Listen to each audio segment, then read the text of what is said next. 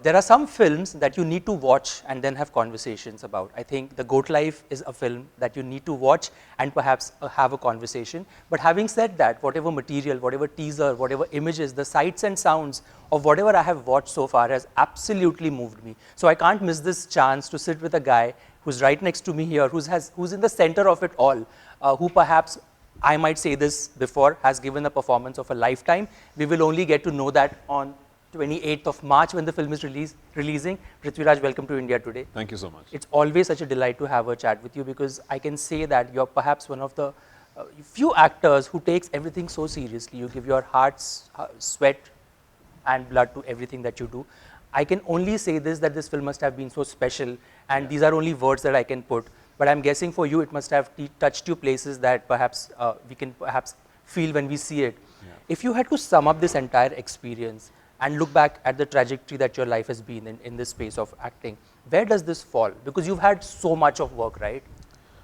I don't even think I can any longer classify this as an experience of an actor, because when I said yes to this film, it was 2008, 2009. I wasn't married. I wasn't a father, obviously. I had not turned director. I had not launched my company. You know, the brand called Prithviraj Productions did not exist back then. And you know, I was still discovering myself as, I still am for that matter. It was just, you know, it's just, I'm 41 now and I have spent 16 years ideating for this film. So I don't think I'll ever be able to classify this with the rest of my career. This is a standalone experience in itself. And although the process of making the film was just 4 years, when I say just 4 years, you know, it, to me the experience is 16 to 17 years long. And so many instances between 2008 and when we finally began shoot in 2018, most random instances where I'd be in some part of the world, maybe even shooting for something else, and one evening I'd be sitting there and suddenly I'll just zone off into Najib and think of, okay, so what would have happened then? So many years, so many instances. So I think I've grown up with this experience, quite literally, you know, I have grown up with this experience. And I'm assuming 10 years of having traveled with ideating for this film and for this character finally culminated when we started shoot in 2018.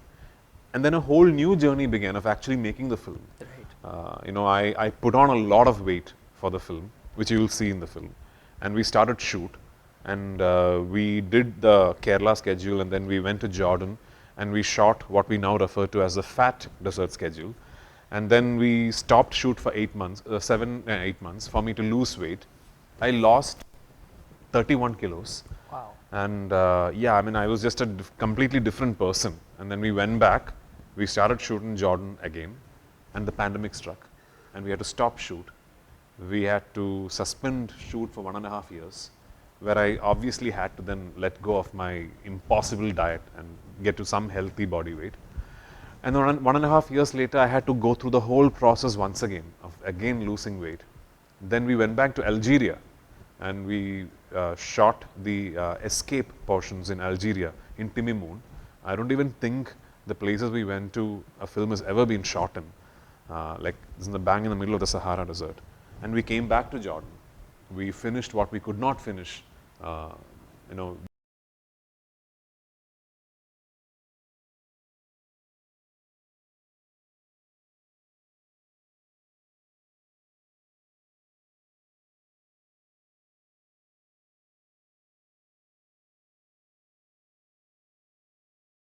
It's just one of those experiences where I think will now remain as a bank inside of me for the rest of my life. And that's not, I don't even mean this just as an actor.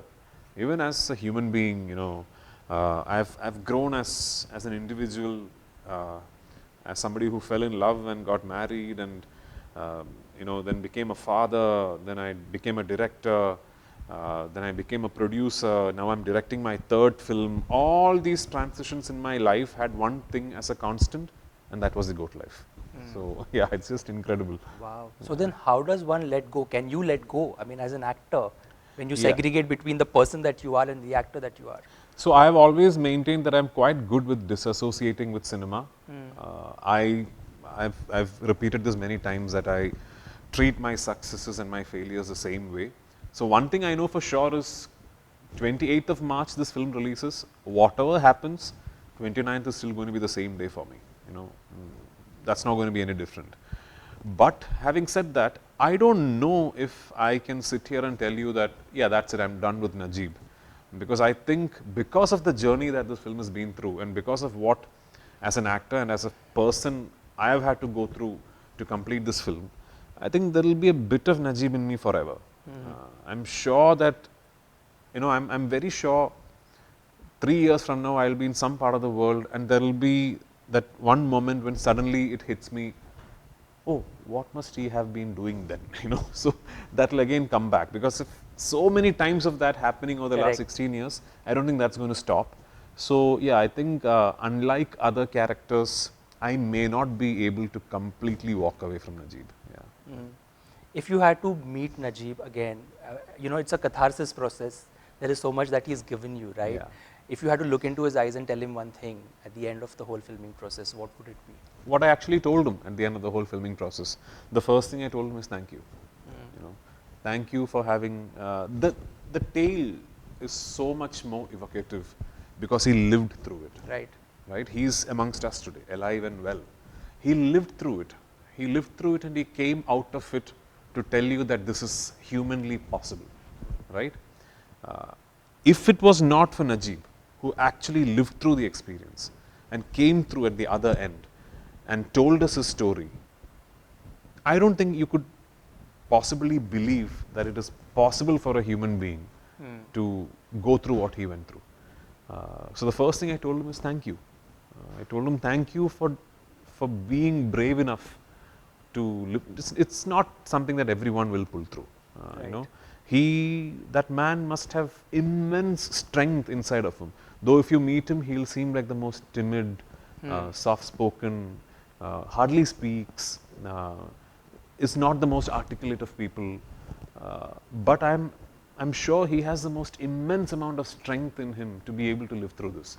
So the first thing I told him is thank you, and that's what I still feel today. You know, I feel hugely thankful to Najib, not for this film, not for the fact that I got to play him, but for the fact that the world today knows of this story as a success story. Right. And I use the word success in a very unusual manner here because no one should ever be put through an experience like this. Absolutely. But the fact that he had to go through something like this, but he came out of it at the other end of it, I guess you could say is a success story. So yeah, I mean, the first thing I told him after I wrapped the last shot of the film in 2022, and he was standing behind the camera as I did this, the director called, cut, said that's a wrap. I walked and I hugged him and I said thank you. Yeah. That moment will stay with you for a very, very long time. Yeah, it will. Yeah. I have to ask you, you know, so many films down the line, so many characters, it's like shedding skin. You take one on, you shed, you get into the other. If you had to revisit your younger self and give him a piece of advice, what would it be today? You know, it's strange. When I was much younger and I started doing cinema at a very young age, I had big dreams, and I knew that I remember long back I used to, you know, I've told someone that I'll never claim to be the most talented or the most gifted, but I will always have an honest shot at being the most hardworking. And I used to have big dreams, and today I have bigger dreams, and I think I'm even more hardworking today. You know, because I realize the value of what I have today, and I know that there is, you know, there are hundreds of people out there, probably tens or hundreds of times more talented than me, who's not had the opportunity. Cinema is a very, very aspirational business. Yes. You know, people inside of the industry who found success will, if they are honest to themselves, will tell you that they are very lucky, much like me. You know, I'm a very, very lucky man, but I've backed up my luck with a lot of work. I'll say this at the risk of sounding immodest, like any successful personality in the industry. So if I had to go back and say, you know, I don't know if I could tell the younger self anything at all. I don't know if I'd change anything at all. Yeah, I mean, I never knew I would be an actor. So my namesake college education was pursuing a degree in information technology. So if I could go back now, maybe that's one thing I'd change. Maybe I'd study direction or editing or one of the crafts in cinema. Right. Yeah, because I'm not too sure that acting can be taught. You know, aspiring actors can be given a sense of direction, a sense of what they want to do with their craft. But I don't think acting can be taught per se, because it differs in each person, Right. how you harness that skill in you. But one of the more technical crafts of cinema, like editing, cinematography, or production design, maybe I would have picked up one of those courses to get a more overall view of cinema. Other than that, I don't know if I'd change anything about my past. Yeah, let's just keep the way things have been. It's been a good journey. Yeah, it has. I can't be complaining. Yeah. You know, Amir in a conversation recently made a very interesting point. He said sometimes the imposter culture fears me because an actor, audience can see through an actor and how good and bad he is, right? And this happens with every actor. It could happen with the most senior and the most new coming face. Do you feel that? Do you agree with the fact that there is a certain... You know, it's strange because as actors, we act in front of the camera, but the one man-made instrument to which you really cannot be lying is the camera, especially the film camera. If you're lying to the camera will catch you out. And people watching you from the other side of the camera will know you're lying. Maybe you get away with lying, right? But you'll still be lying and it will come through. So, as actors, it is very, very important that you're very honest with yourself to be able to play different characters. And when I say be honest with yourself, you should have a very clear idea about who you really are. Right. Right? Don't let these characters or the films that you play push you into believing you're something else. In Malayalam, there is this usage called sthai bhavam, which is your bhavam. What in Hindi? What is it? You know, your emotion or your sense of being. More than your sense of being, your status of being. Okay. When you're not doing anything, you know, your absolute real self. You should have a very keen idea about what and who that really is as an actor, and that stems from being very honest with yourself. Only if you're deeply honest with yourself can you successfully lie. So, yeah. That's a good line to sort of keep in your notebook down the line. So I think Amir sir, I am a huge fan. You know, I remember having met him not too long ago in Rajasthan for a wedding, and I was in awe of the man because he's a huge idol and inspiration. And if Amir sir has said this, I'm assuming it's an offshoot of the same thought that I'm trying to articulate here. So. Right. Yeah, that's two great minds think alike. Maybe we can put it to that. I have to say that, you know, you're very hungry for good work. You've also, if you look at the eclectic work that you've done, you've sort of broken the stereotypes, pushed the envelope, also put yourself in uncomfortable positions, crossed across the language barriers of what people will expect of you to do. And perhaps the journey is not easy. I mean, you can tell yourself because you're in those shoes, I'm not. When everybody was talking about pan-Indian, it had become the go-to word for media people to ask, what was going through in your mind? Because just as somebody who's an audience, a filmmaker, a director, and an actor from a family, what did you make of this whole notion of pan-India stars and films pushing actors as pan-India actors? So, I love the phenomenon. The part of the phenomenon where when you say pan-India, it means that a film made in any part of the country could potentially be exhibited in any other part of the country and hope to find success. That part of the phenomenon I absolutely love. I mean, who wouldn't? Right. Anybody involved with the business of filmmaking would love it. But I also observed a wrong tendency in the whole phenomenon that people were then setting out to make pan-Indian films. Right. And I've said this again multiple times that you really can't make a pan-Indian film. A film becomes pan-Indian. You know, the finest example I can quote is Kantara. Right. I was one of the distributors of the film, and I know that when the film released, Hombale and Rishabh and the whole team, they didn't set out thinking we are going to make a pan-Indian success. The film organically became, you know, the phenomenon that it eventually did. What you can do as makers is give a film the opportunity to attain its full potential. And how is that? Well, you can spend money make the effort of making sure that your film has a proper release, a proper network through which it becomes accessible to film lovers across the world. Now that is becoming easier as we speak. To quote the example of the Goat Life, I mean, it took one phone call from me to Mr. Anil Tarani, to Maitri Movie Makers, to Home Ballet, to Red Giant, for them to come on board and say, sure, we would be more than happy to distribute this film in our own territories. This wouldn't have been possible 10 years ago. 10 years ago, the fact that a film made from Malayalam, if I called an A-list distribution house and asked them, can you find me good theaters for people to go and watch this film in your territory, it wouldn't have been this easy. So that direction of this whole pan-India phenomenon is something that I really, really enjoy. And I think we are still not there yet. We will reach there eventually when the phenomenon evolves itself into a stage where we all will just be making Indian films. Regardless of what language the particular piece of cinema is speaking, it will always be an Indian film. And that's a great place to be in. Yeah, and that's where films should be getting and aiming to be at. Agreed, yeah. As an actor who gets so many scripts offered, also in an industry that is so competitive, is there a genre that perhaps that button you haven't pushed yet, that you've been itching to do for a long time at the back of your head? Because you've perhaps played every possible shade of an emotion or a character or an age craft or even a genre. Is there something as an actor that you're still hungry for, that you feel that I've not gone in that space, I haven't pushed myself in that space yet? So I am now experienced enough as an actor to realize that two films belonging bang on to the absolute same genre can feel entirely different as an actor, as somebody who's seeing the film, as a filmmaker. So, like as an example, how would you explain? So long back, 2011, let's say, I did two cop films back to back. One was a film called Memories, the other was a film called Mumbai Police. They were both big successes, but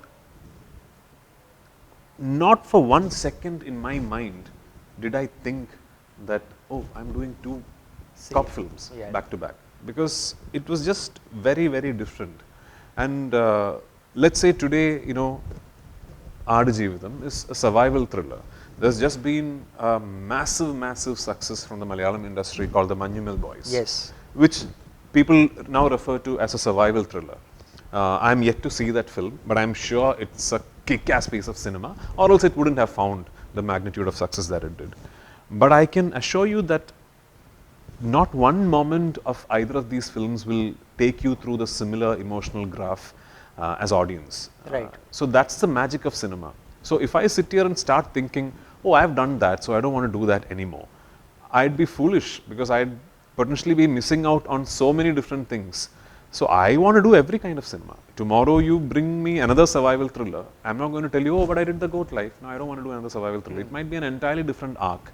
So genres, types of cinema, emotions, maybe you can list out, and maybe I can sit here and think, yeah, I've done that, and I've gone through this. But I'm not foolish enough to think that's the end of it. All of these will have subtexts that look, feel, and seem very different to each other once you start exploring it. When we watch moments of The Goat Life on the screen, or on the phone for that matter, there is so much of an emotion. There's a landscape that you go through, and then there is Rahman's soulful music touching you at every frame. His work in the film is, I'm a huge A.R. Rahman fan. I've had the privilege of acting in two films that he's lent music to. One is, of course, Maniratnam's Ravanan in the south, and two is another very special film for me called Kavya Thalaivan, for which I won my only Tamil Nadu state award.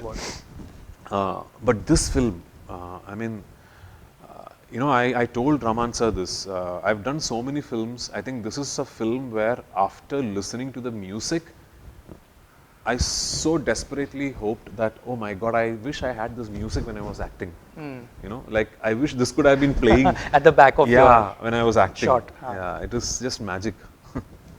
If you had to take a piece of cloth or something that is tangible with you, sometimes actors do that. I've spoken to a lot of actors. They'll just keep it because they feel like they've given a part of them. So it's like a give and take from a set. Has something similar happened with this film? Have you kept something personal with you? No, I don't want anything. I don't want anything from this film because it's just, this film is just not that for me. It's not a piece of cloth, or it's not it's not that for me. A piece of cloth from the sets or a shirt that I was wearing or the stick that I was holding means nothing to me. You know, it's everything that I felt. It's everything that I went through when I was there. You know, you know, the first time I spoke to Najib is after filming the last shot of the film. Although he was always accessible, I mean, I knew of him very well, the director and the writer, and everybody knew him. The first time I spoke to Najib was after wrapping the last shot of the film, where I went and thanked him, and then I spoke to him, and that conversation we actually filmed. I'm assuming it will come out at some point. Najib was on set that day. Yeah, that day he was on set. I spoke to him, and one of the most profound experiences I've had is that there were I don't know if all those questions were recorded, but I took out 4 or 5 instances from the film that you know, that is of course inspired from his life, and I asked him, you know, when that happened, what did you feel? So it took a while for him to get comfortable enough to be able to articulate stuff like that. But once he started speaking, one of the most profound experiences I had was so many of the things that in front of the camera with 300 people around me, you know, with me trying to get into the character and trying to shut off everything. And there's that 1 minute or 2 minutes before a shot where I tell the director, just give me a minute, and I'm trying to think what is going through Najib's mind now. Is this what he must have been thinking? So is that what I should be associating with? So many of it, when he told me, was similar. And I thought that was such a profound spiritual connection between the actor and the real man. I didn't speak to him before doing those scenes. You know, I didn't know. I was trying to imagine what he must have felt. And I felt that for the duration of the take. Right. Which must have been a minute or 20 seconds. He felt that for 3.5 years, you know. So, yeah. Absolutely. I think to sum it up, I think, you know, for anybody and everybody who watches The Goat Life, I think we must go to theaters and watch this film, because I don't think, like he said right at this onset, and when I watched it, it doesn't feel like a film. It feels like somebody's life, somebody's let you into his soul and let you sort of on that journey. Now, what you experience, tears, joy, victory, triumph, ups and downs, everything, all of that is what a human being is made up of. And I think that's what films do. They move you, they take you to uncomfortable places, they take you to happy places, sad places. So thank you for making the movies for so many years. Thank you for giving us The Goat Life, and wish you all the very best on Thank this. you so much. Thank you.